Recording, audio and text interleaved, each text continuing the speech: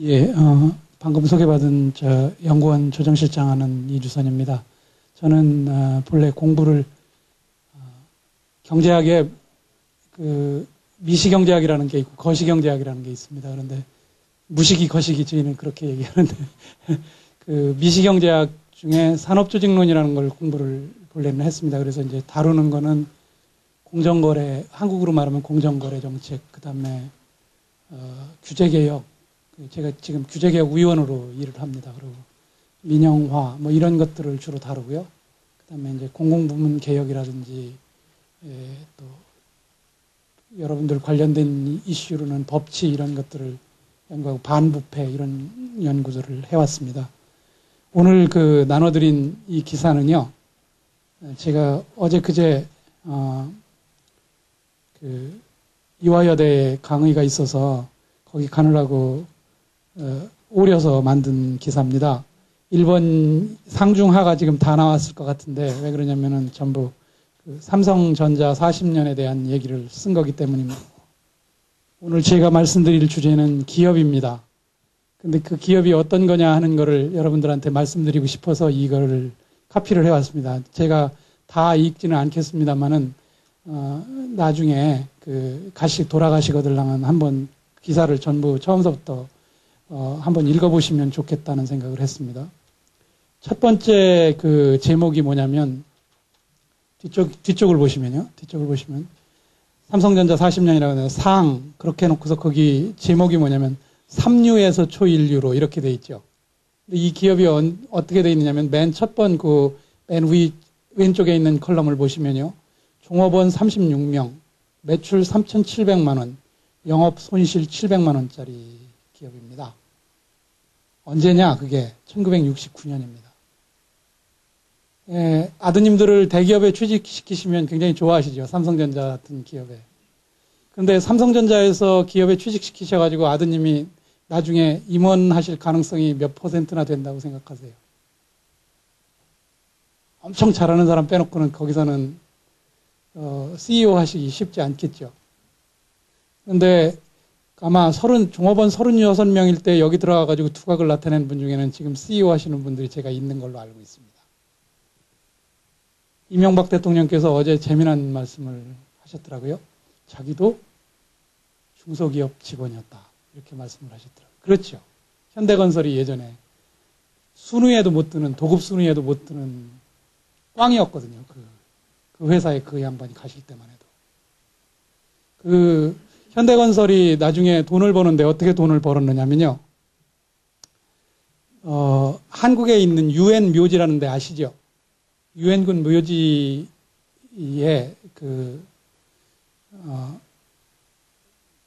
미국에 있는 장성 하나가 방문을 하게 됐는데요. 겨울이라서 묘지가요 다 풀이 없어요. 그러니까 잔디가 있어야 되는데 미국은 겨울에도 잔디가 파랗습니다. 미국 잔디 아시죠? 파란 잔디. 그러니까 이제 묘가 그래서 그거를 잔디를 이제 좀 바꿔야 되는데 현대건설에 하라고 그랬는데 정 회장님이 생각해내신 게 뭐였을 것 같습니까?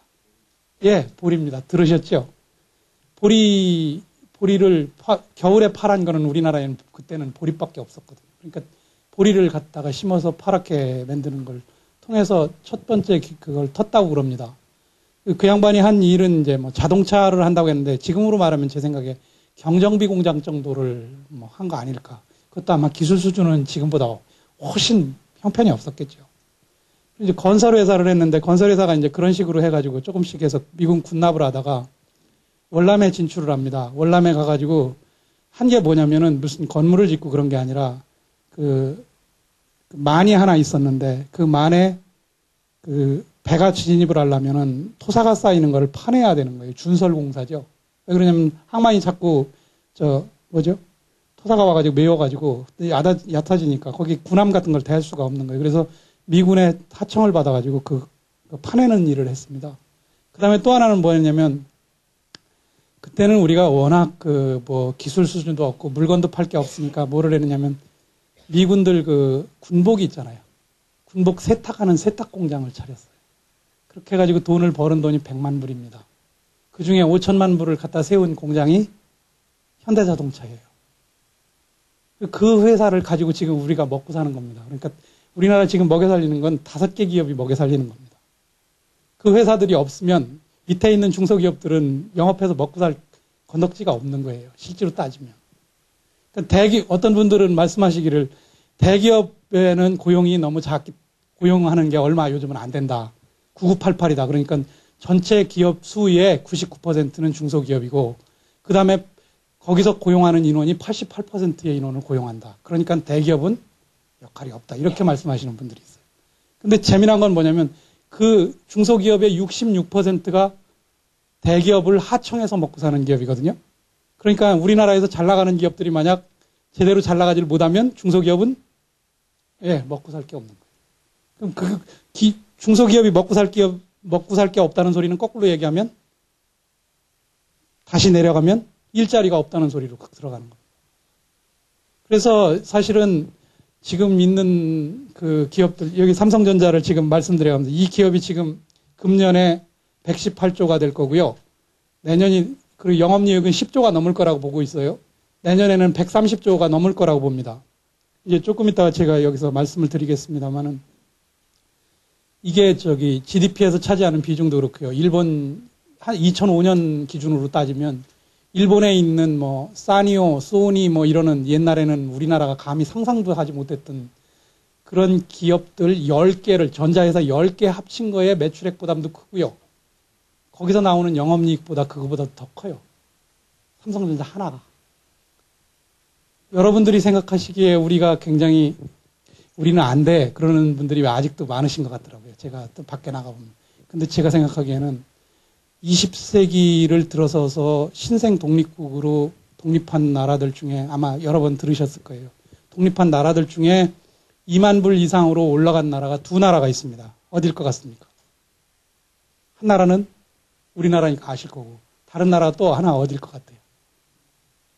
인도 2만 불은 안 되죠. 인도 2만 불이면 인도 강대국이에요. 대단하게. 예? 대만 아직 2만 불 안 됐거든요. 싱가포르요? 싱가포르는 그건 조그만 거라 그건 치지 않고요. 어디를 얘기를 하느냐면 이스라엘을 얘기하는 분들이 있어요. 이스라엘이 2만 불을 우리보다 먼저 했거든요. 그 나라가 경상북도만 한데요. 그 나라가 2만 불이 넘어요. 그 다음에 거기는 맨날 지금도 싸움 투성이잖아요. 그렇죠? 그런데 2만 불이 넘어요. 근데 그 나라는 우리하고 근본적으로 다릅니다. 왜 다르냐? 우리는 문맹이 90%가 넘던 아마 제가 52인데요. 지금 58년생이니까. 집 나이로. 52인데 제 나이 또래 때 되시는 분들은 아마 시골속 국민학교를 다니시면 한 클래스에 50명 있으면 중학교 진학하는 사람이 반이 안 됐던 거를 아마 기억하실 줄 알아요. 그러니까 사실은 문맹률이 50년대에 어땠느냐면은 60년대에 어땠느냐 60년대 제가 공부할 때만 해도 저 세대만 해도 문맹률이 어느 정도였느냐면 80%였고요. 그 전에는 90%가 넘었습니다. 그러니까 글자를 해득 못해서 제가 우리 마을에 50세대가 사는데 그 마을에 이제 할머니가 부르시면 가요. 국민학교 2학년 때 가면 아들한테 편지가 왔는데 읽으실 수가 없는 거예요. 그거 대독해드리는 거예요. 그거 가지고. 그럼 이제 할머니가 부르세요. 아들한테 보낼 편지를. 그럼 이제 잘 못 쓰는 글씨로 연필로 써가지고 그때는 연필도 잘 이렇게 새카맣지가 않잖아요. 그래서 이 침을 막 묻혀가지고 어떻게 이렇게 써서 그걸 닫아가지고 우체부가 오면 그놈을 전해주면 그거 가지고서 가는 그런 식이었거든요. 그런 나라였고 이스라엘은 어떤 나라냐면 전 세계에 흩어져 있는 유대인들이 1945년은 그 2차 세계대전이 끝나고 나서 팔레스타인으로 이주해 온 사람들이에요. 그러니까 그런 사람들은 벌써 그때서부터 세계적인 핵물리학자가 있었고요. 그 세계적인 산업을 일으킬 수 있는 능력이 있는 사람들이 모여들어서 나라를 구성한 나라입니다. 그래서 저는 팔레스타인 제일 처음에는 아랍하고 이스라엘하고 전쟁을 하면 왜 펀펀히 이스라엘이 이기고 아랍이 질까? 이렇게 생각을 해봤는데 그럴 수밖에 없는 거예요. 왜? 왜 그럴까요? 사람들이 다른데요. 사람들이 다른데요. 지금 왜 우리가 북한하고 싸움하면은 우리가 이길 거라고 생각하세요? 아직도 북한이 우리를 침략하면 우리가 질 거라고 생각하는 분 손 들어보세요. 경찰에 계시지만. 아니, 내가 경찰이라 차마 그렇게 얘기할 수는 없다라고 얘기하시는 분이 있을지 모르지만 그렇게 생각하는 분들이 아직도 계신 것 같아요. 저는 저 사흘이면 전쟁 끝낼 수 있을 거라고 생각하거든요. 뭐가 있습니까? 뭐가 있어서 전쟁을 치릅니까? 돈이 있습니까? 아니면 물건이 있습니까? 아니면 제대로 된 무기가 있습니까? 그 유일하게 할 수 있는 거, 지금 할 수 있는 거 해가지고 돌리는 거 빼놓고는 상대가 안 되는 거예요, 우리하고요. 근데 그거를 만드는 거를 얼마 동안 했느냐면 우리가 건국한 지 60년 됐거든요, 작년으로. 그러니까 60년 동안 우리가 만들어낸 겁니다. 거기에 우리들이 부끄러워하는 역사들을 많이 담고 있다고 생각하는 것들이 일어난 겁니다. 제가 재작년에 베를린에 갔는데 베를린에 회의를 갔다가 작센하우센이라고 베를린에서 한 100km, 120km쯤 떨어진 폴란드 쪽에 가까운 동부 국경선 지역에 있는 포로 수용소가 아니라 정치범 수용소를 갔습니다. 거기에 어떤 거냐면 나치에 있는 사람들이 거기다 사람들을 들여다 놓고 생체 실험도 하고 그다음에 사람을 죽여가지고 비누로 만들기도 하고 사람 죽여서 비누 만들었다는 소리 잘 들어보신 적 있나요? 예, 거기 가니까 비누 공장이 있습니다. 그런데 그게 사람 인육을 정리를 해가지고 거기서 나온 유지를 가지고 만든 비누 만드는 공장이었다고 그러더라고요. 바로 옆에 뭐가 있느냐면은 그 사람 죽으면 태우는 소각로가 있고요. 그 소각로 옆에가 뭐냐면은 아직도요 그냥 보존되어 있는데 모래 속에다 사람 뼈를 섞어가지고 거기다 한꺼번에 누구누구로 따로 하는 게 아니고요. 한꺼번에 죽은 사람을 쭈르륵 해가지고 묶어놓는 데가 있어요. 사람이 100명 살았다는 빼치카에 제가 앉아가지고 어디 먹을 데가 없어서 거기 앉아가지고 햄버거를 씹고 있는데 무슨 생각이 들었느냐면 이게 짐승이지 사람이냐 그런 생각이 들었습니다. 근데 그 주변 벽에는 뭐가 둘러져 있느냐면요. 나치 병사들이 자기네들 가족들하고요. 이렇게 벗고 비키니 입은 차로 깔깔 웃어가면서 사진 찍은 것들을 쭉 이렇게 그런 것도 있고 또 소풍 가가지고 노는 것도 있고 그러니까 나치에 협력한 사람들은 그렇게 살고요. 그렇지 않고 그거에 반대했던 사람들은 밑에 가가지고 그렇게 되는 거예요. 제 생각에 위쪽 사람들이 지금 그렇게 사는 것 같은데 그런 형태로 된 거를 한 게요. 독일이 언제냐면은 그게 1920년대, 30년대, 40년대거든요. 우리가 80년대에 그런 일을 겪었다는 거는 사실은 80년대에 광주 사태가 있었지 않습니까? 또 87년에는 이한열 씨 죽은 일들이 있었지 않습니까? 그런 일들이 있어서 우리가 굉장히 우리나라 참 안 되는 나라구나. 우리나라 참 곤란한 나라구나. 선진국에 비해서 우리나라 이런 나라예요. 요즘도 국회 문 두드려 부시고 이러는 일들이 나고 용산에서 참사가 난 일이 제가 다행스럽게 생각하는 건 그게 법을 그렇게 엄정하게 집행을 하시는 분들이 있다는 거에 대해서 다행스럽게 생각하는 건 뭐냐면 그런 난동이 있었던 거에 대해서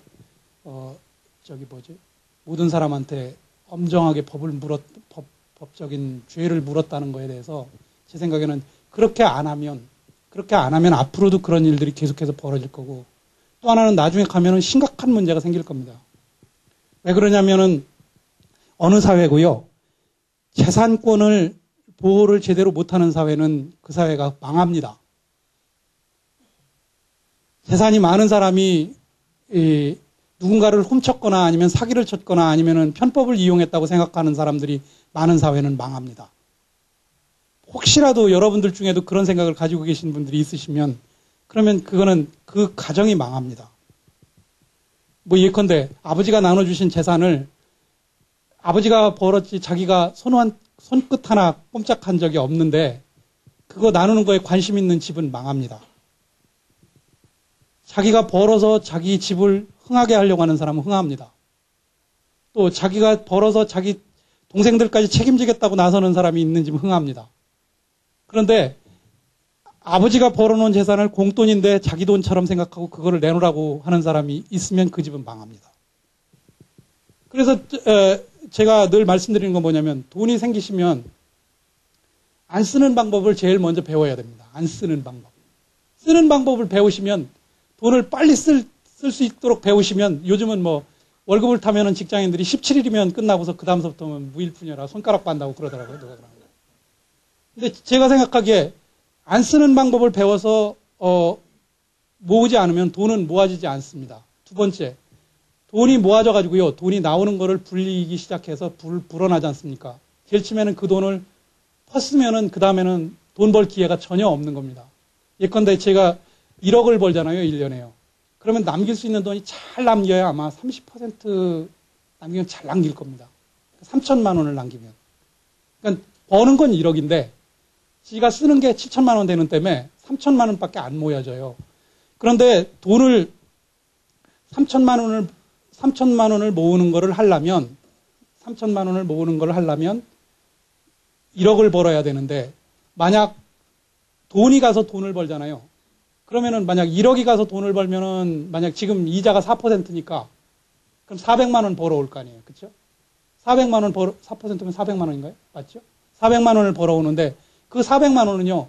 밤이건 낮이건 벌어와요. 나는 8시간밖에 못 벌지만 그 돈은요. 하루 내내 24시간 돈을 벌어와요. 그러니까 그렇게 만드는 돈이 있어서 거기서 나오는 돈이 있으시면 쓰십시오. 그거 여축이 없는 분을 돈이 쓰시면 그러면 자기 인생은 마이너스여서 누가 통장에다 채워줘야 됩니다.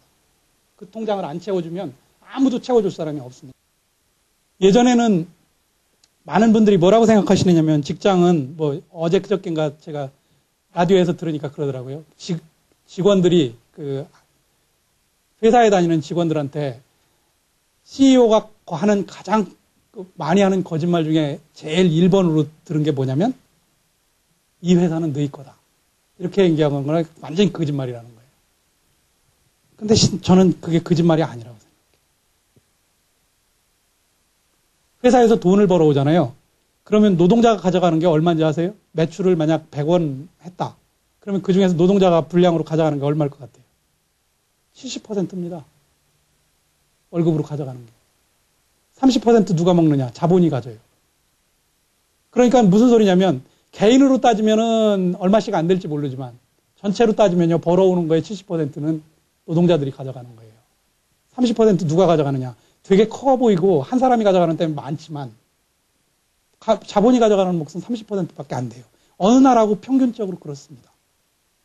그 얘기는 거꾸로 얘기하면 그 회사가 여러분들이 다니시는 직장이 사실은 그게 특정한 정부 거나 아니면은 뭐 누구 거나 에이 나를 안 되면은 나 내쫓는데 그런 법이 어디 있어? 그게 무슨 내 회사야? 그렇게 생각하실지 모르지만 사실은 그 회사 일하시는 모든 분들이 그걸 토대로 해서 먹고 사는 겁니다. 이 회사가 118조가 됐어요. 먼저 말씀하신 대로 여기 보면 자본금이 얼마냐면 종업원은 36명이고 매출은 3,700만 원이고 영업손실 700만 원이잖아요. 자본하는 사람은 어떻게 되느냐면요. 손실이 나잖아요. 그럼 누가 책임져요? 여러분이 책임지세요? 자본가가 책임지죠. 그리고 여러분 회사 같은 경우는 누가 책임져요? 정부가 책임지죠. 손해나면. 그렇잖아요. 여러분들이 책임 안 지시잖아요. 그런데 정부는 어떻게 해야 되느냐면 적자가 나면 그거 적자 메우려고 쩔쩔 매야 되거든요. 또 하나는 뭐냐면 그 개인 회사면 이 회사를 맡은 사람이 이거를 해결하려고 쩔쩔 매야 되는 거예요. 그래서 제가 생각하기에는 기업에 대한 관점이 바뀌어야 되고 법도 바뀌어야 되고 그걸 집행하는 방법도 바뀌어야 된다. 그런 생각이 저한테 있습니다. 이제 기업에 대해서 제가 말씀드린 거는 거기까지 하고요. 원장님이 대부분 말씀을 하셨기 때문에 1번, 2번은 제가 얘기하는 거하고 똑같을 것 같아요. 그래서 이거 얘기 안 하겠습니다. 어제 다 들으셨죠?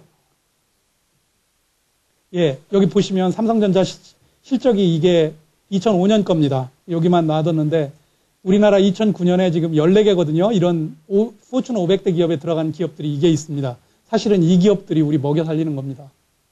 그러니까 이 기업이 많을수록 이 기업이 여기 지금 이게 140개잖아요. 여기 우리 14개잖아요. 중국이 37개입니다. 일본이 68개예요. 그러니까 잘 살죠. 그러니까 저렇게 안 되면 그 먹여 살리지 못합니다. 제가 생각하기에는 저게 삼성전자 같은 기업은 15개. 지금 우리가 가지고 있는 기업 같은 거를 합쳐서는 30개 정도 있으면 아마 5천만이 떵떵거리고 살 겁니다. 제 생각에. 지금 문제가 뭐냐? 여기가 언제인지 아시죠? 87년인데 87년이 뭐 있었습니까? 6.29 선언이 있었죠. 그러고서 그 다음에 우리가 민주주의로 갔거든요. 민주주의로 간 다음에 우리 성장률이 이렇게 떨어져요. 이게 요 파란 선이 뭐냐면 이 위에 있는 이렇게 왔다 갔다 한 거를 3년씩 이렇게 합쳐가지고 3으로 나눈 거예요. 그거를 쭉 해보니까 어떻게 됐냐면 쭉 올라가던 게 87년부터 이렇게 내려가는 거예요. 민주화 이후에 사실은 사회가 굉장히 혼란하고 어렵고 제목 찾는 목소리가 커졌잖아요. 그 뒤로 나타나는 현상이 뭐냐면은 성장률이 정체한 거예요. 계속해서요. 그 다음에 매수도 줄어들고 있고, 그 다음에 고정투자라는 건 투자를 말합니다. 기업들이 투자하는 거. 그것도 줄어들고 있습니다. 생산성도 지금 보면은 그림을 보면 이렇게 내려가는 걸로 되어 있습니다. 그래서 상장회사 수익성도 사실은 여기를 중심으로 해서 지금 수익성은 올라가고 있어요. 그러니까 주가가 어떻게 됐어요? 과거에는 600, 700 하던 게 지금은 1000이 넘어가지고 2000 왔다 갔다 하는 데서 지금 움직이잖아요. 1000에서 2000 사이를 움직이지. 1에서 1000 사이를 움직이는 게 아니죠. 그거 달라진 거는 여기서 보시면 아실 수 있어요. 외환위기 이후에 우리나라에서 기업들은 좋은 기업들이 많아진 거예요. 그래서 이게 이렇게 된 겁니다. 그래서 주식시장에 지금 여러분들이 돈을 가지고 계신 게 있으면 저는 뭐라고 말씀드리고 싶으냐면 아까 앞에 있는 14개 기업 있잖아요. 그 중에 상장한 회사들 중에 출렁거려 가지고 돈이 좀 반토막 났다 소리를 듣거들랑은 거기다 돈을 갖다 놓고 한 10년쯤 가지고 계세요. 10년씩이나 기다리면은 돈이 몇 푼이나 될까? 제 생각에는 은행 이자의 한 4배쯤 받으실 수 있을 거라고 생각해요. 4배 내지 5배쯤. 제가 해보니까 삼성전자 제가 3년 했는데 3년 하니까 한 8배쯤 만들어 줍니다. 1,400만 원에 제가 911에 13원씩 하는 걸 샀는데 68만 원에 팔았어요. 그러고 나서 지금 이제 40몇만 원까지 갔던 거를 또 사가지고 가지고 있는데 지금 그 2배쯤 돼 있거든요. 그러니까 그러면은 저 생각에는 삼성전자는 아마 지금도 제가 생각하기에는 100만 원 넘어야 되는 주식이거든요. 한 주에 5천 원짜리가. 그런데 아직까지는 그렇지는 않습니다만은 여러분들한테 말씀드리고 싶은 거는 큰 기업으로, 그러니까 논한다고 하는 어디다가 괜히 쓸데없이 벤처기업에도 투자해 놓으셨다가 나중에 곤란하시지 말고 우리나라에서 대표적인 기업이라고 아까 말씀드린 그 기업들 중에 고르셔가지고 만약 주식시장이 반토막이 나가서 곤란하고 하들랑 가셔서 거기다가 돈을 넣으세요. 그게 기회입니다. 물어보실 것도 없어요. 딴 사람들한테 물어보면, 증권쟁이들한테 물어보면 틀림없이 그때는 투자하면 안 된다고 그럴 거예요. 그런데 그때 하셔야 됩니다. 그 다음에 이런 일들이 쭉 있어서 세상에 지금 바뀌고 있는데요. 잘 보세요. 우리나라가 94년 내에 세계 1등 상품이 82개였었는데 쭉 줄어들다가요. 2007년에 121개로 변했어요. 2007년이 언제냐면요. 2만 불을 하던 시기죠. 그렇죠? 그럼 왜 2007년에 2만 불이 됐을까요? 그렇게 예컨대 좌파 정부가 서가지고 우리한테 굉장히 문제가 있었다고 많은 분들이 얘기하시잖아요. 그런데 왜 그렇게 문제가 됐는데도 98년서부터 해가지고 2007년 사이에 한 10년 사이에 한 2년 사이에 왜 10,000불짜리가 2만 불이 될 수 있었을까요? 10,000불이었던 나라 2만 불 된 나라 그렇게 많지 않거든요. 아까도 말씀드렸지만. 근데 2만 불이 된 거예요. 여기 보시면 알 수 있는 게 이거예요. 그러니까 기술 개발 이런 거 이제는 정부에 의해서 기업들이 영향을 받는 것들이 많이 줄어드는 거예요. 우리나라에서. 그래서 이게 이렇게 가능한 거죠. 그런데 문제는 뭐냐면 앞으로 이 기업들이 지금 보시면 알지만 옛날에는요. 잘하는 기업들 중에서 망한 기업들이 엄청 많았어요. 그런데 지금 보시면 알지만 전부 보시면 어떻습니까? 유공하고 SK하고는 다른 기업이죠. 제일제당하고 CJ도 다른 기업이죠. LG전자하고 포항제철하고 포스코하고 다른 기업이죠. 글자는 달라졌는데 실제로는 달라진 게 있습니까? 없죠. 저거를 보여주는 게 뭐냐면 우리 기업들이 훨씬 더 예전보다 글로벌 기업화 됐구나. 그래서 딴 사람들이 알아듣기 쉽게 하느라고 영어로 CI를 해가지고 바꾸는구나. 그러니까 이제는 한국에서 장사를 하는 게 아니고 전 세계적으로 장사를 하는 기업들이 됐구나. 이거를 알려주는 거예요. 근데 나이가 몇 살이냐면 평균 나이가 48입니다. 예, 지금 48이신 분 손 들어보세요. 아무도 없어요? 저가 뭐 52인데요. 저는 우선 눈이 잘 안 보여요. 한 5년 전서부터요. 그래서 이 잔글씨를 읽으려면 눈을 빼야 됩니다. 가까이 보려면. 이렇게 이 눈을 빼면 어떤 문제가 생기느냐면 이분도 이렇게 희미한 부분이 있어요. 이 앞에 앉으신 분은 제가 얼굴이 보이는데 저기만 가면 윤곽이 좀 흐려지기 시작하는 거예요. 20대에도 그랬을까요? 20대에는 안경도 안 쓴 사람이었습니다. 유학해 가면서 제가 이 눈이 나빠져가지고 지금처럼 이렇게 안경을 썼는데. 그러니까 그거하고 똑같이 기업도 그렇습니다. 마르고 닳도록 1등하는 기업도 없고요. 마르고 닳도록 그 기업이 잘 나가는 기업도 없습니다. 예를 든다면 GM같이 대단한 회사가 망해가지고 폭삭 망해서 한국 정부한테 한국 정부가 산업은행에서 돈을 꿔주네 안 꿔주네 하는 소리를 들어가면서 쩔쩔 매고 앉았는 거예요. 사실은 그 GM 전체 매출액이요. 우리나라 전체 GDP의 몇 배씩 되는 그런 기업이었습니다. 그런데 그런 기업이 한국 정부, 그 조그만 한국 정부가 운영하는 은행에 와가지고 돈을 빌려줘야 내가 살겠습니다. 이러고 앉았는 거예요. 그거 마찬가지입니다. 그래서 이렇게 됐다는 소리는 앞으로 이 기업들 가지고 먹고 사는 거 가지고 가능성이 있다고 생각하지 못한다. 또 하나는 뭐냐면 이걸 보시면 알지만 수출 주력 상품이 굉장히 지금 현재 보시면 이렇게 쭉 보시면요. 잘 먹고 잘 살 수 있는 가능성이 자꾸 줄어들고 있는 걸 알 수가 있습니다. 철강, 이제 앞으로는 아마 기후변화 협약이 되고 나면 저거는 에너지를 굉장히 많이 쓰고 CO2 배출도 많아가지고 우리나라에서 경쟁력 가지기 힘들 겁니다. 선박, 마찬가지입니다. 반도체는 그런 대로 괜찮고요. 영상기기도 괜찮고요. 자동차는 제가 생각하기에 잘하면 가능성이 있어 보입니다. 석유 제품 앞으로 장사해가지고 우리 먹고 살 거 안 될 겁니다. 그럼 이제 딴 게 뭐가 나와야 되거든요. 그런데 이 지경입니다. 어제도 보셨을 거기 때문에 저 더 이상 안 할 겁니다. 우선 첫 번째로는 안 낳고, 그 다음에 있는 사람은 저처럼 자꾸 늙어가고, 그러니까 해결이 안 되는 거죠. 그 다음에 또 하나는 뭐냐면 성장 잠재력은 자꾸 떨어지고 있습니다. 6.8%였던 게 지금 20년 전에 비하면은 이제 조금 있으면 반토막도 안 될 것 같습니다. 제 생각에. 지금 추세로 가면 3.2% 이렇게 될 거라고 저는 생각하고 있습니다. 그러면 이제 일본 80년대 초반, 중반 요 정도 수준으로 가는 겁니다. 그러면 아마 제 생각에 주택 가지고 계신 분들은 얼른 전세로 전환을 하십시오. 3% 우리 잠재 성장력이 3%로 떨어졌다 그러면 아마 집값이 이제 3분의 1쯤 가라앉을 거라고 보시면 맞습니다. 다른 나라의 예로 볼 때. 그래서 모든 분들이 지금 다 제가 왜 걱정을 하느냐면 집에다가 돈 잔뜩 해가지고 사신 분들한테 제가 걱정을 하는 게 뭐냐면 시골은 그래도 괜찮은데 서울엔 돈이 그렇게 해가지고 꺼지기 시작하면 그거 영목이지라도 해서 노후를 어떻게 해결을 해야 되는데 그것도 못하고서 해결이 안 되면 어떡하나 그런 생각이 저한테 있습니다. 여러분들은 그래도 공무원 연금이 있으시죠? 그것도 아마 잘못하면 정부가 경제가 안 좋아지면요 제대로 못 하실 수도 있어요.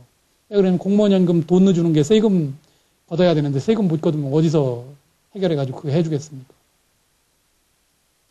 그래서 지금 생각은 아일랜드도 요즘은 이렇게 쳐받고 있습니다. 경제 위기 때문에. 그렇지만 여기 보면 아르헨티나는 예전에는 이게 굉장히 잘 살던 나라입니다. 그런데 해결이 안 되는 나라로 변했고 아일랜드는 지금처럼 이렇게 변해가고 있습니다. 그래서 상황이 이렇게 바뀌기 때문에 이런 부분에서 우리가 지금 나갈 길을 이렇게 가려면 어떻게 해야 되느냐 하는 부분이 있습니다. 시장경제 원리에 대한 거는 제가 정리를 하고요. 이건 다 들으셨을 거라고 생각을 하고 여기 보시면요. 우리나라 이게 포춘지라고 하는 잡지, 미국의 잡지에서 전 세계의 제일 큰 500대 기업을 뽑은 겁니다. 그거 수가 몇 개나 되는지를 저희가 표로 만들어 본 거예요. 잘 보세요.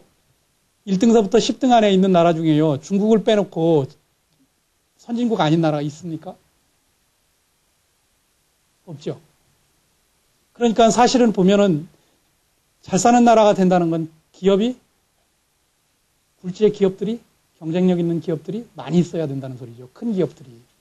큰 기업들이 작으면 작을수록 그 나라 못 사는 나라입니다.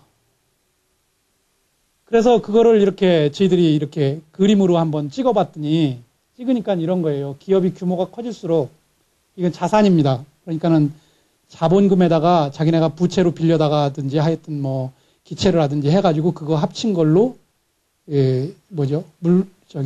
설비를 해놓고 이렇게 한 걸 말하는 거죠. 그 자산 규모로 따져서 올라가면 올라갈수록 어떻게 되느냐면 성장률이 높아요. GDP 성장률이. GDP가 높은 걸로 돼 있어요. 그러니까 사실은 이 얘기는 무슨 소리냐면 큰 기업이 많이 나와야 그 나라가 잘 사는 나라가 될 수 있다는 거예요. 조그만 기업만 잔뜩 있으면 그 나라 잘 못 산다는 거죠.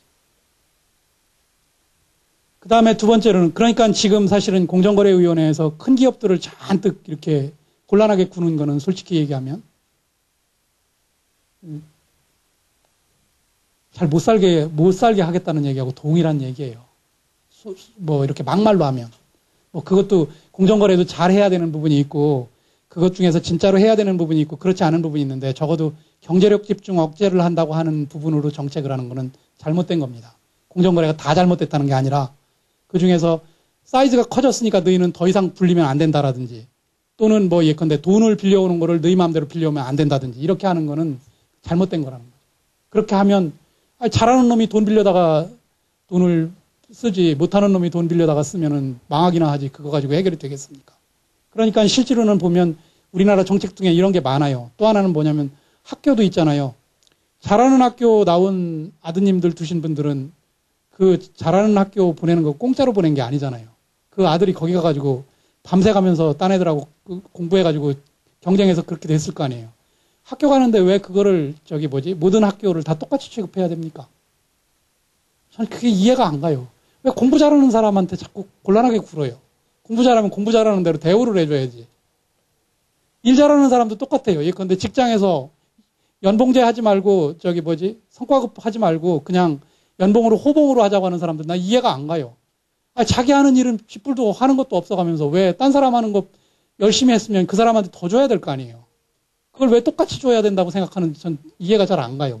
물론 개인으로 보면 쟤는 조금 덜 먹어야 되는데 왜 더 먹나 하는 불만이 있을지 모르지만 전반적인 시스템은 그렇게 가야 되는 거 아니에요? 일을 더 하는 사람은 더 가져가고 적게 가져가는 사람은 덜 하는 사람은 덜 가져가고 그렇게 해야 되는데 그렇게 안 돼요. 또 하나는 뭐냐면 세금도 마찬가지예요. 세금도.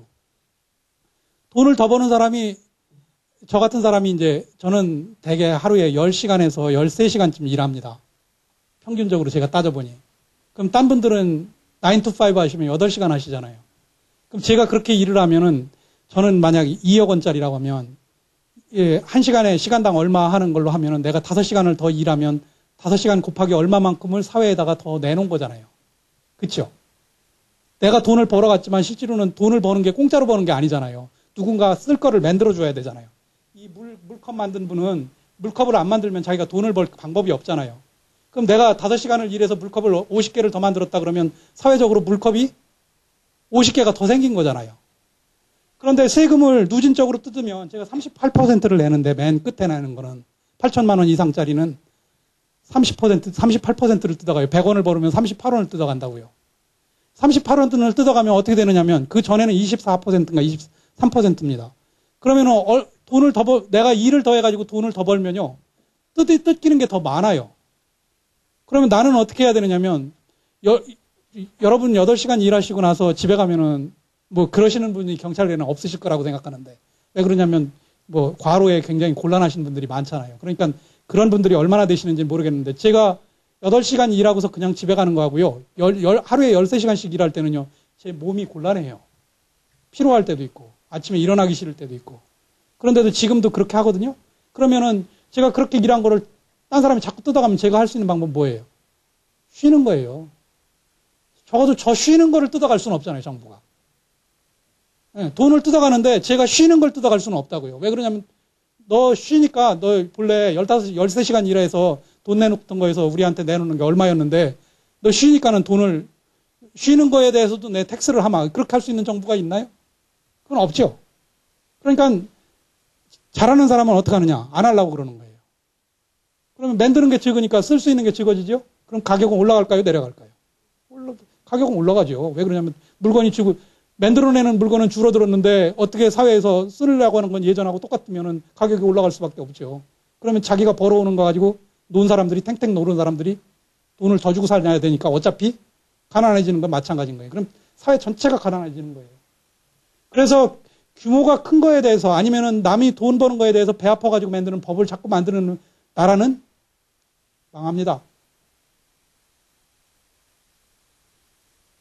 그 다음에 자산 규모를 보시면요. 이게 GDP하고 관계해 놓은 거고요. 그 다음에 1인당 GDP하고도 마찬가지로 그렇게 되어 있습니다. 1인당 GNI라고 부르는데 1인당 소득도 마찬가지로 큰 기업이 많은 나라가 커지게 되어 있습니다. 그래서 이게 비례관계가 이렇게 돼요. 많은 분들은 어떤 분들은 뭐라고 그러냐면 큰 기업이 많아지면 큰 기업들이 사람들을 착취해가지고 나중에 가면 곤란해질 거라고 생각하는 사람들이 있거든요. 그걸 극단적으로 간 친구들이 사는 쪽이 여기 반쪽 잘라가지고 위쪽에 사는 사람들.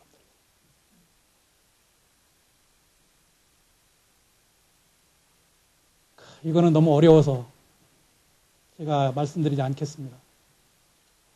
본래는 기업이라는 거는 본래 어떻게 되어 있느냐면 사회를 구성하는 건 이렇게 되어 있습니다.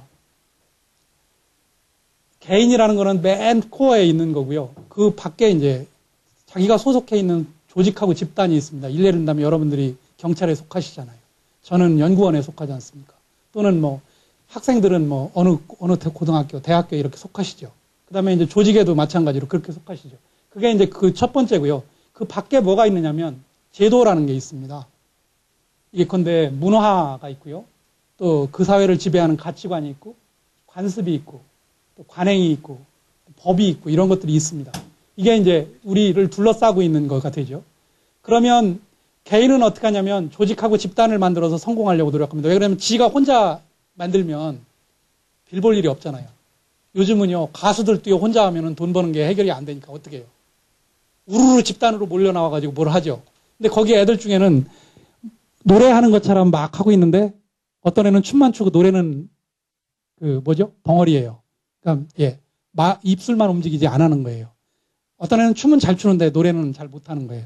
또 어떤 애는 그 랩이라고 하는 거 이렇게 말로 중얼중얼 하는 거 있잖아요. 그거 잘하는데 노래는 잘 못해요. 그러면 한 해로 놔두면 그 애들이 성공할 수 있을까요? 없을까요?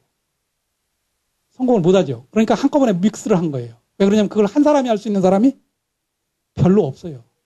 그러니까 여럿이 묶어가지고 만들어 놓으면 얘들이 돈덩어리가 돼버리는 거예요. 이수만이가 그런 거 가지고 이수만이가 저하고 동갑인데 이수만이가 그거 가지고 성공한 사람이잖아요. 그 친구 농기계학과 나왔거든요. 서울대학교 농기계학과를 나왔는데 가수를 했어요. 근데 참 기발한 사람이에요. 그래서 유학도 농기계학과로 갔대요. 본인 얘기로는. 갔는데 가가지고 보니까 거기 가서 자기가 하던 산업이 어떻게 되나 이렇게 쳐다본 거예요. 참 대단한 사람이죠. 제 생각에는 앞으로 아마 우리나라 소위 한류라고 부르는 문화산업에 아마 그 이병철 씨나 아니면 정주영 씨 같은 사람으로 아마 꼽힐 겁니다. 나중에 가면. 그런 일을 한 거죠. 그래서 이제 그때 이제 우르르 사람들이 모여 나온 거예요. 그러니까 한꺼번에 모여 나오는 시스템으로 돼 있죠, 지금은요. 그러니까 뭐 애들도 뭐 전부. 그리고 그게 나이가 조금씩 차면요. 그런 팔짝팔짝 뛰는 거 잘 못하거든요. 그러니까 애들 나이가 자꾸 낮아지는 거예요. 예전에는 뭐 30대에도 뭐 가수해 가면서 뭐 인기 누리고 그러던 사람이 있었는데 요즘 그런 사람이 있습니까? 그런 사람 없습니다. 왜 그러냐면 그건 펄펄 뛰어야 할 수 있는 일이거든요. 그런 부분으로 그래서 조직을 만들고 집단을 만들어서 성공하려고 노력합니다. 그 다음에 또 하나는 개인과 조직 집단은 자신이 만들어낸 제도의 제약 속에서 생활합니다. 왜 제도를 만드느냐? 제도가 없으면요, 질서가 없으면 무슨 문제가 생기느냐면은 남이 나를 어떻게 할지 몰라요. 첫 번째로는 내 생명을 어떻게 할지를 모릅니다. 그렇죠? 저하고 같이 여기 안영봉 선생님하고 같이 있는데 뭐 아마 무술도 유단자시고 그러실 거 아니겠어요? 그럼 이제 우리 집 옆에 사는데 수 틀리면 와가지고 몇 패면 수 틀리면 와가지고 몇 패면 제가 아무리 뭐 기발하게 지금처럼 강의를 잘해가지고 돈을 벌어와도 다 갖다 바쳐야 될 거 아니에요. 그러니까 제도를 다듬지 않아가지고는 해결이 안 되는 거예요. 그래서 제도를 다듬게 된 겁니다. 왜 그러냐면 국가라는 게 생긴 거는 뭐 때문에 생겼느냐면 개인들이 그런 부분들이 그렇게 위협이 있는 것들이 생기니까 그 위협들이 생기는 것을 위해서 매일 불확실하게 사는 것보다는 어떤 게 더 나은 거예요? 그게 내 권리 중에서 일부를 좀 유보하더라도 일부를 좀 다른 사람이 가지고 있더라도 나를 만약 그거에서 그런 불확실성 속에서 건져준다고 하면 내가 그렇게 하겠다는 생각이 들겠죠. 그래서 권리를 위임을 한 게 국가입니다. 내 생명을 지켜달라. 제일 첫 번째 하는 거. 내 재산권을 지켜달라. 그거를 위해서 만들어진 게 국가예요. 국가는 복지를 하거나 지금처럼 무슨 노동쟁이 하는데 가가지고 그거를 뭐 두 사람을 화해시키고 이러는 일이 목표가 아닙니다. 그러니까 사실은 근본적으로 말하면 여러분들이 하는 업무가 국가의 제1차적인 업무입니다. 그래서 이제 그거를 하려고 하는데 그러면은 국가가 그 일을 하려고 하는데 예컨대 하려고 하면 돈이 필요하지 않습니까? 그럼 세금을 거둔 거죠. 그 다음에 이제 그런 거에 물리력을 행사하는 사람이 있으면 그 물리력을 행사하지 못하게 만들어야 되니까 어떻게 되는 거예요? 하나는 뭐냐면 왜 밖에서 오는 놈들이 그렇게 하는 놈들이 있으면 그걸 막기 위해서 군대라는 걸 만드는 거고 그 다음에 안에서 스스로 싸움을 해가지고 저희들끼리 해가지고 죽이고 살리고 하는 거가 생겨서 문제가 생기는 거를 해결하기 위해서 경찰이라는 게 생긴 거예요. 여러분들이 거기 일원이신 겁니다. 그러니까 만약 이 시스템이 제대로 워킹 않는다. 그럼 그 국가는 꽝인 거예요. 그거를 만드는데 그냥 만들면은 이제 안에 있는 사람들이 뭐 예컨대 국가에 이제 경찰로 임명을 했어요. 이 양반을.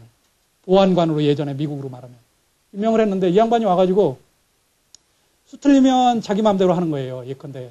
오늘은 가가지고 제가 좀 나한테 잘 구르니까 그래 너는 좋아. 그 다음에 이놈은 딴 사람 온통 괴롭히는데도 넌 나한테 뭐 갖다 준 놈이지. 그러니까 넌 괜찮아. 이렇게 하는 식으로 하면 해결이 안 되지 않습니까? 그래서 룰을 정한 거예요. 개입할 수 있는 룰을 정한 거예요. 예컨대 남의 거를 훔쳐가는 놈은 잡아다가 가둔다. 그건 얼마짜리로 가둔다.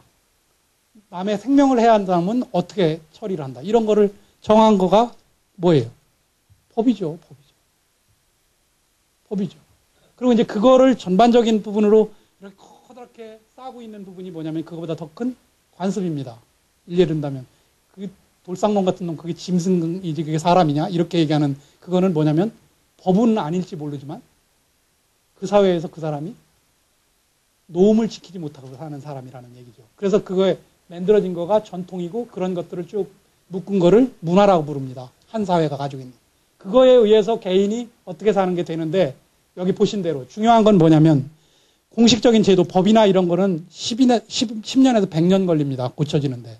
우리도 민주주의 제일 처음에 법은 만들었는데 그게 제대로 되는데 몇십 년 걸렸잖아요. 10년에서 100년 걸립니다. 그 다음에 이렇게 지금 제가 말씀드린 관행이나 이런 것들이 변하고 아니면 문화가 변하고 그러는 거는 1000년 걸린다고 돼 있습니다. 근데 우리는 그걸 60년 만에 해낸 겁니다, 사실은. 여러분들 어렸을 때 지금 저처럼 입고 다니고, 우리 사회에서 지금처럼 아파트에서 뜨거운 물 나오는 데서 살 수 있다고 생각하는 분들이 몇 분이나 되세요?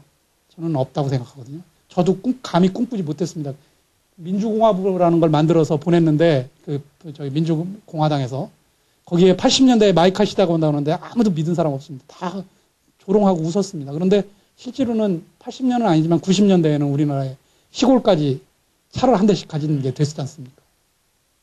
또 하나는 뭐냐면 이 선거에서 아까 말씀한 대로 조직을 해서 사람은 한다고 했잖아요. 그 조직이 뭐냐면은 정당이에요. 정치인들이 자기를 유리하게 만들어가지고 성공할 수 있게 만들어진 게 뭐냐면 정당이에요. 그러니까 자기하고 비슷한 사람들끼리 모여가지고 도모를 해서 거기서 정권을 쟁탈하는 게임에 들어갈 수 있도록 만들어진 게 정당이거든요. 그거를 뒷받침하고 있는 전 체계가 뭐냐면은 상권 분립 체계입니다. 그러니까 다시 말하면 입법, 사법, 행정 이렇게 나눠놨잖아요. 그것들이 뭐냐면은 이런 걸 통해서 만들어진 사람이 여기 가서 기능을 하는 거죠. 그러니까 이 의원 내각제인 나라는 더 명확하고 그렇지 않은 나라는 이거보다 작습니다. 제가 몇 시까지 하죠? 11시까지입니까? 그리고 이제 이런 상권 분립의 정도나 이런 거는 뭐에 의해서 작용을 받느냐면 그 나라가 가지고 있는 전통에 의해서 작용을 받습니다. 그러니까 우리나라는 뭐 덕치가 어떻고 뭐 인치가 어떻고 뭐 이런 거를 하던 나라니까 이 상권 분립이 잘 안 돼요. 대통령 중심제로 하고 뭐 제왕적 대통령이 어떻고 이런 얘기가 나오는 게 우리 문화가 그런 식으로 생겨 있는 문화였던 거예요. 그러니까 아무리 분리를 해놓으려고 해도 분리를 해놓으면 어떤 일이 나느냐면 왕창 싸우기만 하지 진짜로 일이 되게 못 만드는 거예요, 자꾸요. 본래 본성이 저런 부분이 있는 거죠. 그 다음에 맨 위 쪽은 뭐냐면 해본 적이 없는 거예요. 표는 여러분들이 행사하실지 모르지만, 표는 이렇게 갖다 행사하실지 모르지만, 집에서 민주주의적으로 사시는 분 손들어 보세요. 제가 묻고 싶은 게 그거예요. 집에서 아들한테 소리 안 지르시는 분 손들어 보세요. 부인한테 손 안, 안 되면 소리 빡 지르고 나오시지 않는 분 손들어 보세요. 월급 봉투 던져주시고 나시면, 그 다음에는 세상 일 어떻게 돌아가는지 모르시는 분이 대부분이시죠. 민주주의 안 되는 거예요. 그렇게 하시던 분들이 조직에 온다고 다른 방법으로 하시겠어요?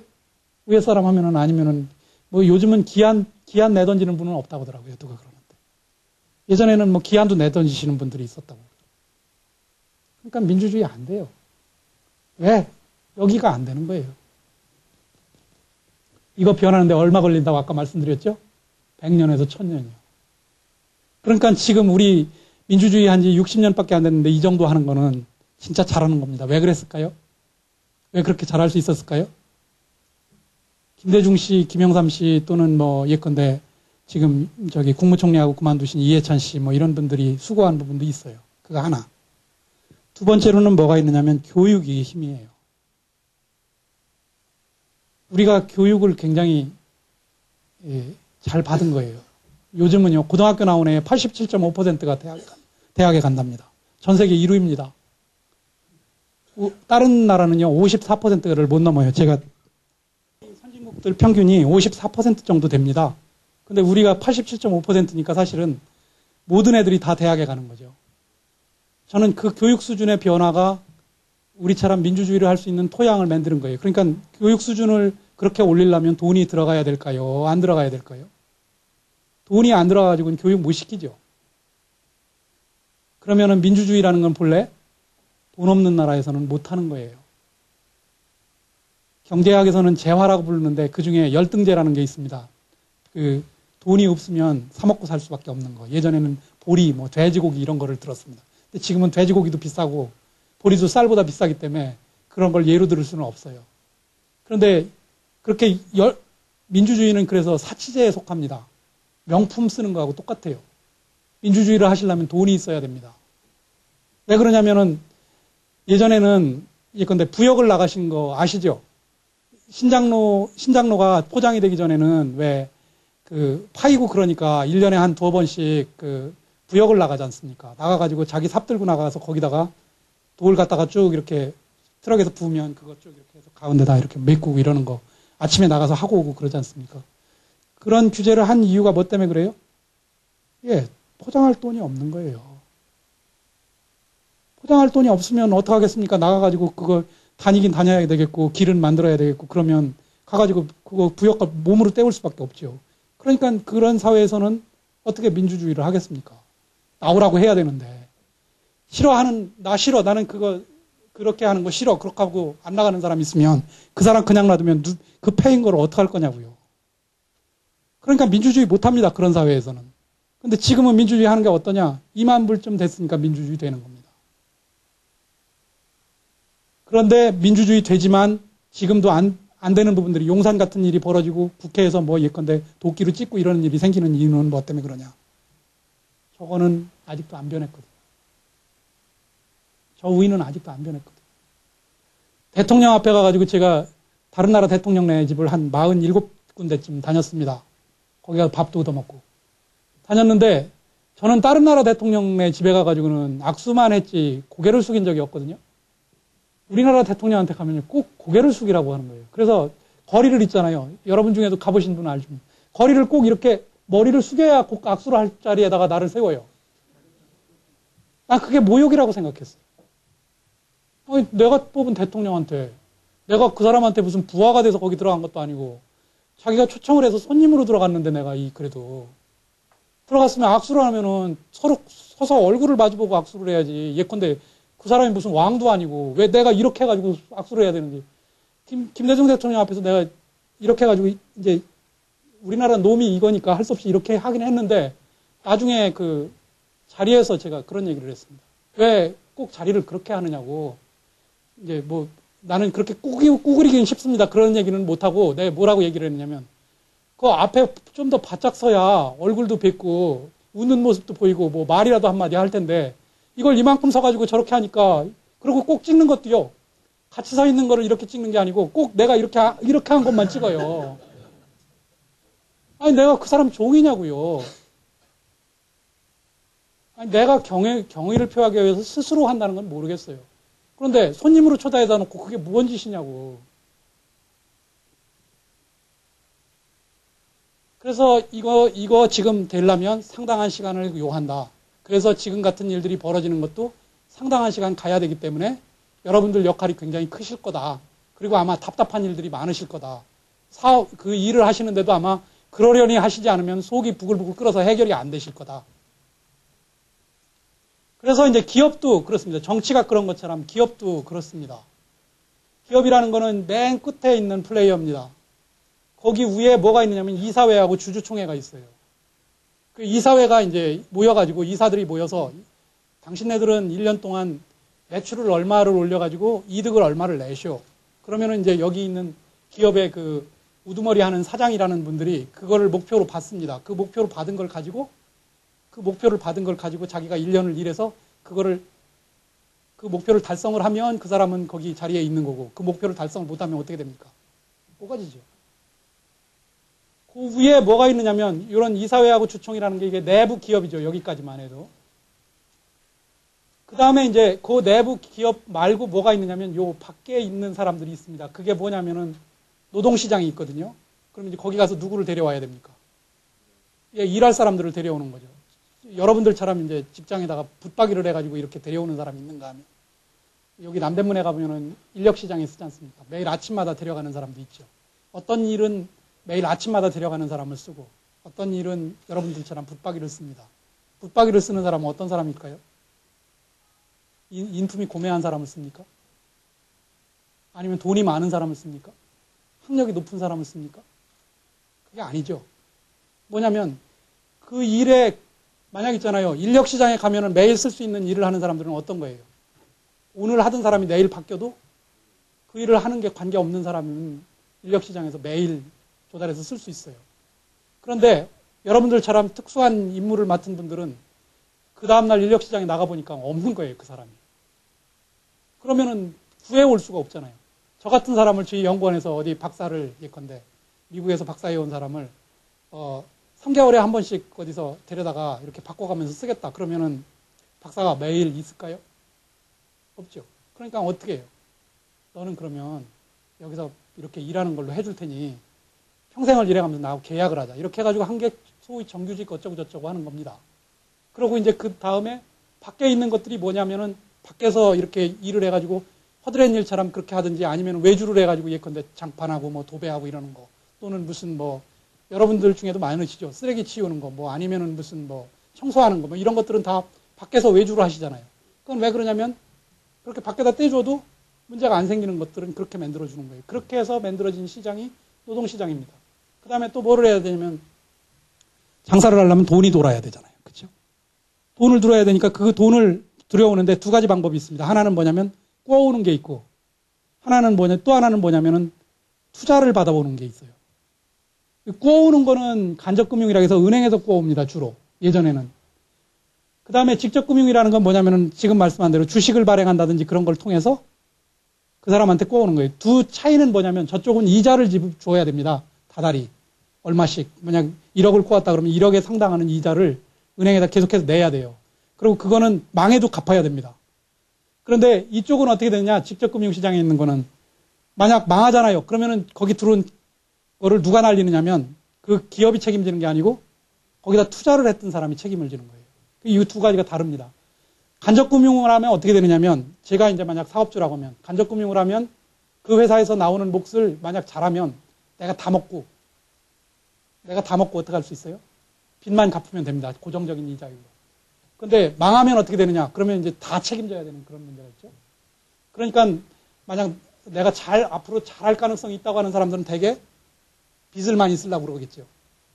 왜 그러냐면 남하고 나누기 싫으니까 많이 버는 걸 왜 딴 사람 주느냐고요, 때가. 그러니까 그렇게 하려고 그럴 거고. 그 다음에 직접금융은 어떻게 되냐면 제일 처음에 만들려고 그러는데 회사를 만들려고 보니까 내 돈은 자본금이 500만 원밖에 안 되는 거예요. 그런데 딴 사람들이 이거 될상불르다고 얘기를 했더니 뭐 500만 원씩 쭉 모았는데 20명이 모으면 얼마예요? 한 1억 되잖아요. 그러면은 지금 내가 500만 원 가지고 하는 사업보다는 훨씬 더 큰 사업을 꾸릴 수가 있죠. 그 대신 돈을 벌면 한 사람하고 나눠 가져야 돼요. 그래서 이거 두 가지가 서로 선택을 하는 거예요. 이거를 할 거냐, 이거를 할 거냐에 지금 우리나라에 간섭이 엄청나게 많거든요. 근데 저는 이거를 할 거냐, 이거를 할 거냐에 대해서 간섭을 하면 안 된다고 생각하는 겁니다. 왜 그러냐면 그거는 자기가 책임지고 해결을 하면 되는 일이지 왜 그거를 정부가 이렇게 해라 저렇게 해라 하느냐는 거예요. 그렇게 하니까 어떤 사람 돈 없는 사람은 아이디어는 좋은데 돈 없는 사람이 사업을 못하니까 큰 사업자가 안 생기는 거예요. 거꾸로. 어떤 사람은 안정적으로 해야 되는데 투자 비율을 얼마 일정한 수준 이상을 맞추라고 그러니까 그거만큼 맞추느라고 돈을 더 꿔서 쓸 수 있는 방법이 없는 거예요. 그럼 기업을 키울 수가 없으니까 당연히 일자리도 줄고 만들어내는 것도 적을 수밖에 없죠. 그래서 이거는 그걸 요소시장이라고 하는데 이거는 손대면 안 되는 거를 정부가 손대고 있는 게 많습니다. 그 다음에 또 하나는 뭐냐면 이렇게 해서 이제 여기서 만드는 걸 가지고 이런 걸 다 조합해서 만드는 걸 가지고 물건을 팝니다. 밖에 나가서. 그렇죠? 우리가 이제 이렇게 이런 거 가지고 있는 것처럼 이렇게 물건을 파는데 이 물건을 파는 시장에서는 누가 왕이에요? 예, 소비자가 왕이죠. 그러니까 소비자가 잘 되면 해결이 되는 거예요. 요즘 현대자동차가 잘 나가는데 예전에 현대자동차가 잘 나갔을까요? 제가 유학 갔을 때가 1990년대 초반인데요. 미국서 한국 사람들 사이에 소나타라는 차에 대한 자조가 뭐였는지 아세요? 소나 타는 차. 예, 소나 타는 차. 그게 별명이었습니다. 어쩌다가 제가 유학하는 타운에 이렇게 가면 소나타가 지나가요. 이렇게 쳐다보면 누가 탔을 것 같아요? 한국 사람이에요. 애국심으로 거기 가서도 그거 사는 거죠. 그래서 이게 지금은 근데 이 차가 엄청 달라졌거든요. 제가 2004년에 이제 안식년을 갔다가 왔는데 그때 제가 사온 차가 소나타입니다. 그 2.7짜리인데 그게 지금 이제 그러니까 그랜저 엔진을 얹은 소나타입니다. 제가 지금 7년째 타고 있는데요. 멀쩡합니다. 아무 거 안 해도 잘 갑니다. 그래서 제가 차를 못 바꾸고 있어요. 너무 잘 가서. 그럴 정도로 퀄리티가 높아졌죠. 또 하나는 뭐냐면 요즘 경제 위기 나가지고 난리가 났는데 미국 사람들이 이제 자기네들 큰 차 타던 거를 조그만 차를 타려고 하는 쪽으로 옮겨가는 거가 이 추세가 있는 게 이제 우리한테 맞아 떨어진 거예요. 또 하나는 뭐냐면 후진국들이 있잖아요. 옛날에는 지질이 못 살아가지고 차를 가지고 살 수 있는 정도가 안 됐어요. 중국이나 인도가. 그런데 지금은 이제 그 나라들이 수출도 하고 해가지고 경제가 살아나니까 차를 사게 됐는데 일본 차 살 수 있을까요? 비싸서 못 사죠. 그러니까 누가 팔아요? 우리가 파는 거예요. 지금처럼 좋은 겁니다. 근데 이게 계속될 거냐? 전 모르겠어요. 그 다음에 이제 이 시장에 영향을 미치는 게 뭐냐면 정부의 경제정책입니다. 정부의 경제정책은 법제도 집행하는, 법제도도 마찬가지시거든요. 여러분들한테 말씀드리고 싶은데 뭐냐면은 엄정하게 법을 집행해야 되지만, 사정에 대해서 잘 알아보시라. 그런 말씀을 드리고 싶은 게 누구냐면은 기업인들이에요. 뭐 제가 기업 있는 연구소에서 와서 그런 말씀을 드리는 게 아니라 기업인들이 하는 행위에 대해서는 한번 사정을 다시 한번 살펴보시라. 그 사람들이 내레이션 하는 방법이 사기를 쳐서 만약 사기꾼을 왔거들랑 그 사기로 온 사람이 하는 얘기를 한번 왜 그런 짓을 했는지를 한번 들어보시라. 들어보시고 그 들어보신 걸 토대로 해가지고도 진짜 사기꾼이거들랑 잡아 가두시고요. 그렇지 않고 진짜 사기꾼이 아니거들랑 그 사람 봐주셔야 됩니다. 그 사람을 넣는다는 건 뭘 의미하느냐면 그 회사가 만약 10명이 있는 회사다 그러면 10명이 생계가 없어지는 거예요. 그 다음에 또 만약 그게 100명이 있는 회사다 그러면 100명이 생계가 없어질 가능성이 높은 거예요. 그러니까 그거는 내레이션을 그 사람을 봐주시라는 얘기가 아니라 사회상으로 구성된 부분이 우리가 그렇게 돼 있기 때문에 내레이션을 들어보셔야 된다. 그렇다고 봐주시라는 건 아니에요. 사기꾼은 사기한 거는 처벌을 해야죠, 당연히. 그걸 처벌을 안 하면 세상이 이상해지는 거니까. 그건 나중에 가면 더 어려워지거든요. 그래서 그런 부분들의 여러 가지 것들을 하는 게 정부 경제정책입니다. 예를 든다면 어제 헌재에서 미디어법에 대한 뭐 이렇게 판결이 있었지 않습니까? 그 법이 통과되면은 그 법에 따라서 미디어 기업들이 움직이는 방법이 나타납니다. 쭉 결정이 돼요. 어떻게 움직일 건지, MBC가 어떻게 움직일 건지, KBS가 어떻게 움직일 건지. 만약 조선일보가 거기에 직접 들어가가지고 사업을 할 건지 안 할 건지 이런 것들이 결정되거든요. 그러니까 이게 결정이 되면 그거에 따라서 여기는 움직이거든요. 그러니까 만약 여기 있는 사람들이 뇌물을 받는 사람들이잖아요. 그러면 기업은 뇌물을 줍니다. 왜요? 왜 줄 것 같아요? 예. 기업은요, 자선사업가가 아니고 도덕분자가 아니에요. 그런 걸 바라시면 기업은 망합니다. 기업은 어떤 거냐면, 안 되는 것도 되게 해가지고 돈을 버는 게 기업이에요. 본래 목표가. 그래서 그 기업에, 만약 그 사회의 제도가 기업인들한테 뇌물을 받아먹는 제도로 돼 있으면, 그러면 기업인들은 뇌물을 줍니다. 거꾸로 기업인들이 뇌물을 줘가지고 뇌물 주는 관행이 생겼다. 저는 그런 얘기를 들어본 적이 없습니다. 왜 그러냐면 이권을 누가 가지고 있어요? 여기 담당하는 분들이 가지고 있거든요. 법을 집행하시는 분들이 힘이 있지 법을 집행당하는 사람이 저 같은 사람이 힘이 있습니까? 경찰서에 제가 만약 뭘로 붙잡혀갔다고 한번 생각해 보세요. 그럼 제가 힘이 있는 게 있어요? 하라는 대로 해야 되잖아요. 뭐 설사 그게 법에 바이올레이션 됐다는 걸 내가 알더라도 항의할 수 있는 가능성이 있어요? 못한다고 해서 주워박으면 주워박히고 그 다음에 언제 내가 때렸는데 그러면 그냥 당해야 된다고 저는 생각하거든요. 그게 법이 무서운 부분이에요. 다시 말하면 정부라는 것이 가지고 있는 것의 무서운 부분입니다. 그거를 그 부분에 대해서 객관적으로 만들기 위해서 만들어내는 방식을 취할 수 있는 방법이 법치입니다. 다시 말하면 법에 의해서 룰을 따지는 거예요. 그러니까 우월적 지위에 있는 법을 집행하는 사람들이 있고 법을 만드는 사람들이 있고 그거에 대해서 당하는 사람들이 있는데 그거에 집행을 당하는 사람들이 있는데 그 당하는 사람들과의 관계에서 문제가 생기는 거를 정식으로 조정을 하기 위해서 만들어낸 게 법이에요. 그러니까 일일이 쓰잖아요. 뭐는 몇 년 형에 처한다. 또는 뭐 그거를 예컨대 제가 저기 개호근무준칙이라는 게 있는 게 아시죠? 법무부에 교도관에 가면 제가 뭐를 했느냐면 경비교도대로 군대 생활을 했습니다. 2년을.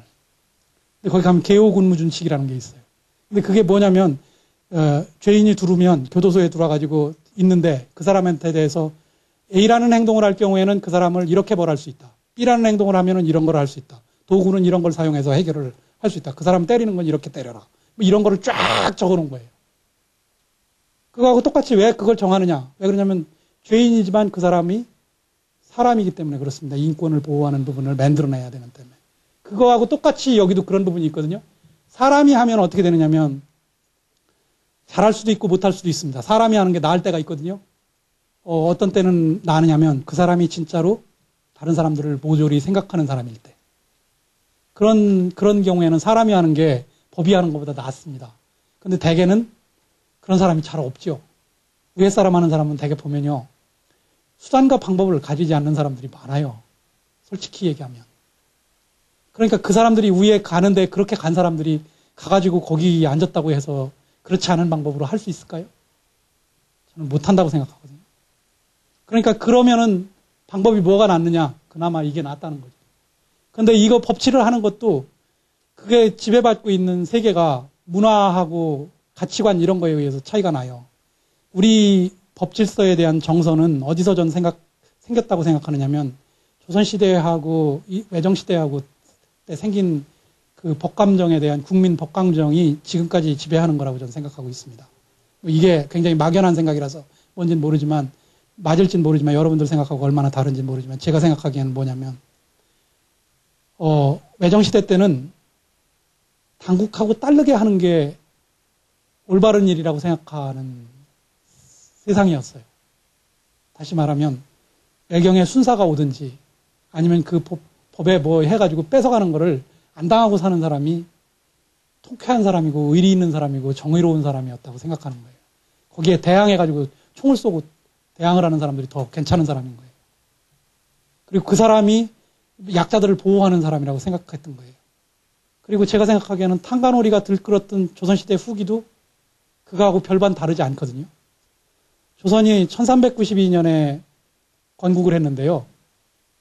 1592년에 임진왜란이 났습니다. 200년 만에. 그리고 이제 그게 국권을 잃은 게 1800년대에 이뤘지 않습니까? 그 시기 중에요. 경제 발전이요. 0%예요. 우리가 지금 경제학자들이 밝혀낸 거에 의하면요. 우리나라가 경제성장을 시작한 거는요. 일본 사람들이 우리나라 지배했던 시기가 더 나은 걸로 돼 있어요. 여러분들이 들으면 참 찝찝하시죠?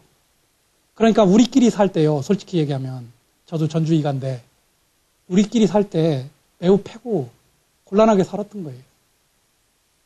그래서 일제가 왔는데도 그게 의병이 일어나고 그랬다는 건 진짜 그거는 제 생각에는 우리나라 사람들이 진짜 의리 있는 사람들이라 그랬던 것 같아요. 해방자예요, 어떻게 보면요. 제 생각에. 그게 그런 국가는 국가가 아닙니다. 자기네 나라, 국가라는 게 있는 건 제가 아까 말씀드렸죠. 왜 국가가 있는지. 국가라는 건 국가 자체가 중요해서 있는 게 아니라 개인이 살아나가는데 그 사람을 보호할 수 있는 프로텍션 메커니즘이 될 때만 국가가 중요한 거예요. 그러니까 국가가 인권을 침해하고 국가가 생명을 곤란하게 유린하고 제노사이드 같은 거를 한다든지 아니면 광주 같은 일이 있다든지 또는 예컨대 재산을 함부로 뺏어가지고 이 사람이 있던 거를 저쪽으로 움직인다든지 이런 짓 하는 국가, 그 국가는 있어서는 안 되는 국가입니다. 그러니까 북한 같은 국가는 있어서는 안 되는 국가입니다. 그러니까 그런 형태로 된 게 어디서 나왔냐면 저 우리 거에서 저는 나왔다고 생각해요. 그래서 용산에서도 지금 용산 일 가지고 따라다니는 분들이 저는 그런 감정을 가진 분들이 지금 따라다니고 있다고 생각하거든요. 그러니까 싸움을 이제 막상이에요. 저 같은 사람들이 텔레비전 토론에 나가서요. 그런 분들하고 같이 맞붙잖아요. 그러면 이길 수가 없어요. 논리로는 이길 수 있는데 이렇게 쳐다보면 저 사람들은 약자인데 이렇게 되는 거예요. 여러분들은 어떠신가 내 테스트를 한번 해볼 테니 다 손 들어보세요. 외국에 있는 리만 브라더스, 론스타가 와가지고요. 외환은행을 먹었어요. 외환은행을 먹어가지고 론스타가 돈을 벌어가지고 나가게 됐어요. 그런데 그 사람들에 대해서 생각을 해보니까 그 론스타를 철저히 소추해야 된다고 생각하는 분 손 들어보세요. 한 분. 그 다음에 또 하나는 중소기업하고요, 대기업하고 거래를 했어요. 그런데 중소기업이 납품을 했는데 납품 단가를 후려쳤어요. 대기업이 나쁜 놈들이라고 생각하는 분 손 들어보세요. 왜 그렇습니까? 후려쳤기 때문에? 그게 아니라 약자라는 것 때문에 그렇거든요. 그러니까 전부 그런 방식으로 돼 있으니까 해결이 안 되는 거예요. 사실은 여러분들이 잡아보시면 범죄하는 사람이 강자만 범죄하고 약자는 범죄 않습니까? 거꾸로 약자는 범죄를 하고 강자는 범죄 않습니까? 그렇지 않죠. 모든 사람이 범죄를 하죠. 그러면 범죄는 같이 다스려져야 되는 겁니다. 근데 그게 안 되는 거예요. 그게 안 되니까 뭐가 안 되느냐면 이게 잘 안 되는 거예요. 여러분들이 노력을 하시는데도 안 되는 거예요. 거기다가 먼저 대통령 같은 분들이, 노 대통령 같은 분이 나오셔가지고 그 사람들은 약한 사람들이니까 놔둬야 된다고 그래버리면 그나마 있던 것까지 다 무너져 버리는 거죠. 그래서 제가 생각하기에는 이번에 대법원에서 용산 참사에 대해서 결정을 한 거는 우리나라의 경제발전 또는 자유민주주의 이거를 위해서 시금석을 세운 거라고 저는 생각합니다. 그걸 여러분들이 디시전 메이킹을 하는 분들이 되셔서 나중에 그런 일을 하시더라도 그 정신에서 벗어나시면 우리나라를 곤란하게 만드시는 걸로 간 겁니다. 돈은 벌어오는데 여기가 제일 힘이 없어요. 그러니까 여기가 매우 패물 당하는 거예요. 외환위기도 실제로는 잘못한 건 누가 잘못했느냐면 정부에 있는 경제관료들이 잘못한 거거든요. 근데 실제로는 어떻게 됐느냐면 도산한 건 누가 도산했냐면 김우중 씨가 도산했어요. 그러니까 실제로 보면 박연차 씨가 지금 들어가 있는데 돈을 쓴 사람들은 박연차 씨가 아니거든요. 돈을 벌어서 준 사람은 박연차 씨일지 모르지만 돈 갖다 쓴 사람들은 다 정치권에 어디에 또아리 들고 있는 사람들이 돈 갖다 썼거든요. 근데 그 사람들은 제가 과문해서 모릅니다만은 구속됐다는 소리 잘 못 들었거든요. 그러면 나라가 잘 안 됩니다. 경제가 잘 안 됩니다. 일자리가 없습니다. 그러니까 당연히. 그리고 여러분들은 일자리가 있으실지 모르지만 여러분들 아들들은 일자리가 없습니다. 그래서 제가 걱정하는 게 뭐냐면 기업을 달리 봐야 된다. 기업은 논이다. 많은 사람이 일해서 먹고 사는 논이다. 그거하고 똑같다. 옛날로 따지면. 그렇기 때문에 그 기업에 대해서 상당한 부분까지 그걸 운영하는 사람들한테 대해서도 굉장히 제가 거기 몸담고 있는 사람이 아니라 저는 공부한 사람이니까 저도 뭐 선비 어쩌고 저쩌고 하는 생각 때문에 공부한 사람이라 생각이 좀 있습니다. 뭐 제 나름대로 꼬장꼬장하는 생각이. 그런데 요즘 왜 생각이 달라졌느냐? 기업을 제대로 하지 않고서는 백성들을 먹일 수가 없다. 먹이지 못하는 정부는 정부가 아니다. 일자리를 못 주는 정부는 정부가 아니다. 그렇다고 하면 그거를 해결할 수 있는 방법이 어딨냐? 여기 있다. 그런데 그거를 하려면 제도를 빨리 세팅해야 되고 제도는 이렇게 굴러가야 된다는 걸 오늘 말씀드리는 걸로 제 말씀 마치겠습니다. 본래는 아마 마지막이 11시까지였는 것 같은데 조금 길어졌습니다.